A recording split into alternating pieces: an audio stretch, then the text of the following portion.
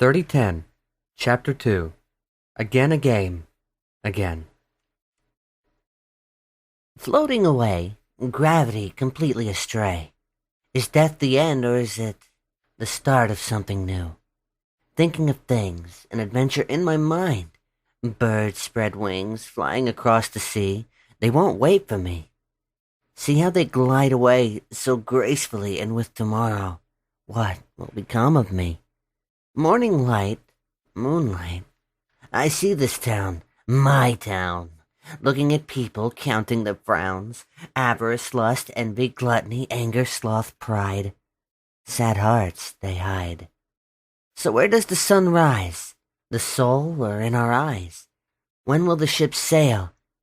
And when will they come back for me? I awoke in Bill's arms. Is this heaven? No, but you're still as dead as a dodo. I was let down in awkward grace. You does not need to rubbing it in.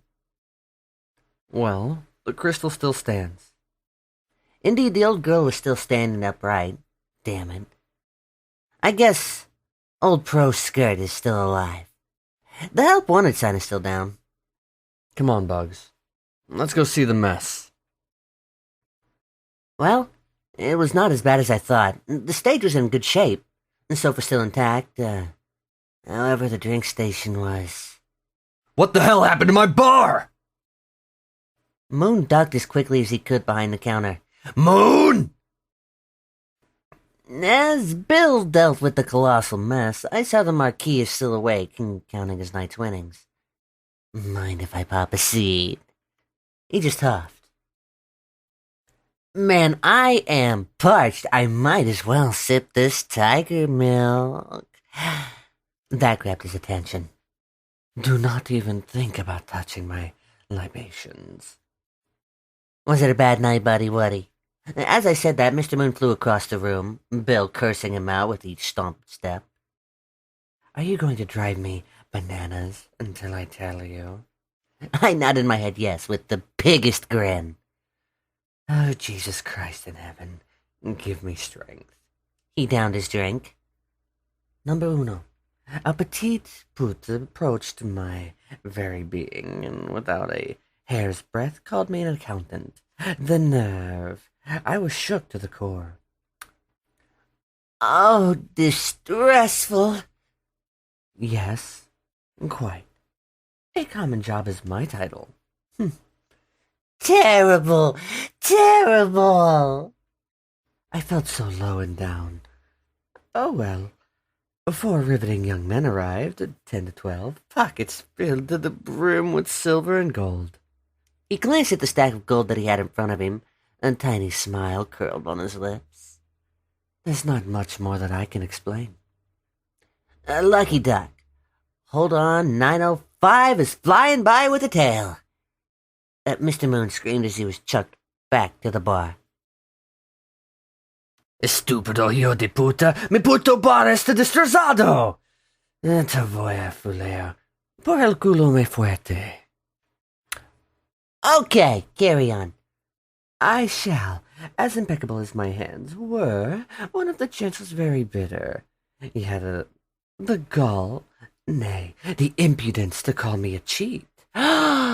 You would never swindle anyone. Oh, my God. Heavens, no. I am an honest... At cards, Mr. Caproni, at cards. And with the rush of an eagle's breath, he produced a flint pistola. Was I apprehensive? Nay. Bravely I gazed at him, waiting for him to make his move. And? And what?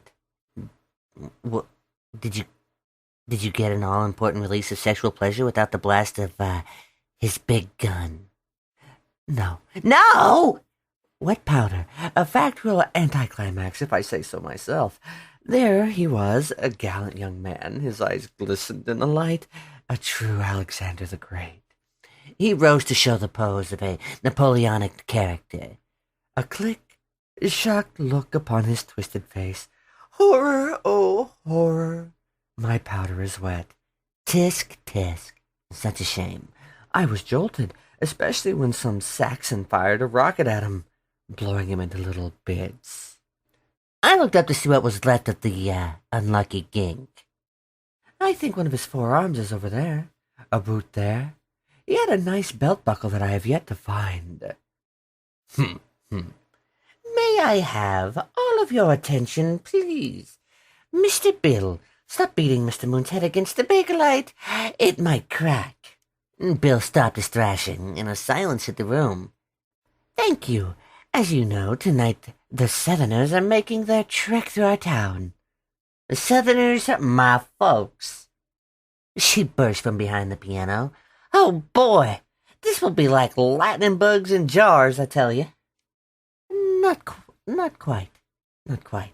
You see, the Southerners are all religious people. Well, that sounds about right. Percival cracked a smile. No, my dear, as in religious rejects. She just smiled like the dip she is. Have you ever been outside of the East End? Nope, can't say I have. He pulled up a chair. Well, my dear, you see, we are in the East End of hell. She nodded to one side like a confused pup. Let me explain. No, there's too much. Let me sum it up. A long time ago, there was a god, and he made earth and so on and so forth. He originally created 4 creatures to rule the world: a spider, a reptile, a rabbit, and a bird of prey. Well, God felt it needed a king among these creatures, but he did not want his first to be destroyed. So he made this place. We are in the East End, controlled by the bird of prey, Grayson Grier. He made the East for his indulgence, for lust and desires. The South was controlled by the reptile, Captain Tyrone Gabe, who wanted order through strict rules, regulations, and wrath. The West was handed over to the rabbit, Chief Aloysius Finch. He controlled with wealth, greed, and luxury. Now the North was different. Its leader started out as a piece of bronze thousands of years ago. A simple message was written on it in Latin, Mecum Infernum Sequitur. No one knew what it meant. Well, one day the bronze became steel. A zealous being was born, its powers growing with each century. Finally the thing rose, Zenith Zoran. He is all of man's ill intents. He is judgment and ruin. It seems no matter how evil a demon can become, mankind ups the ante. He took full control of the North with his weapons and machinery. He is power, and desire to have it. An evil sort of waste mankind has made. Wow! Well, that slaps the hell out of the Baptist now, doesn't it? It does. Oh, I almost forgot the spider. God's first creation, Alistair Lovelace. He lives in the tower in the center. As the story goes, God gave Alistair complete power over who stays and who, well, who ends up in oblivion. A permanent darkness with no thought, no sound, no nothing. A horrible eternity. As time progressed, Alistair was also given the power to cleanse the island completely, sending all to the void of forever.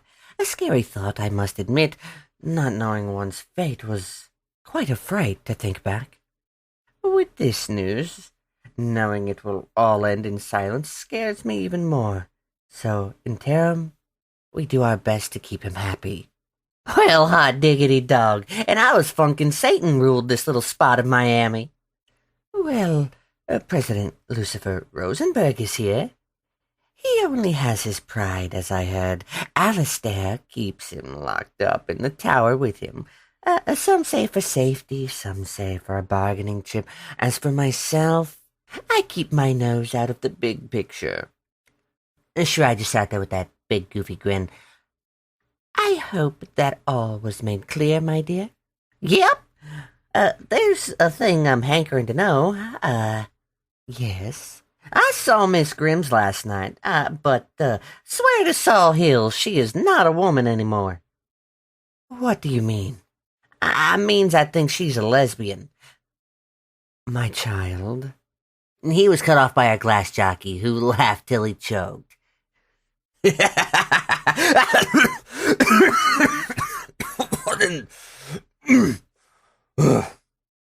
What in all hell of this lodging didst mine ears heareth? She said lesbians are not female. I'm telling you, this tomato ain't ripe. I laughed as well, thinking about such nonsense. Well, that's what I thought. So, my coquettes, do you think that when a lady becomes involved with the same sex, the clitoris grows 6 inches? Well, You're being very generous, Marquis. More like 3 inches. Or perhaps when one becomes a lesbian, it all just drops during puberty.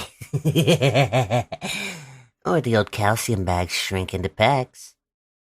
and the belly button becomes an outie or something. An outie. Bill, your knowledge of the female anatomy is lacking. Oh, of course, Mr. Bill is a pillow biter. Eat my ass, you cheap stand-in for a dead president. Bite me.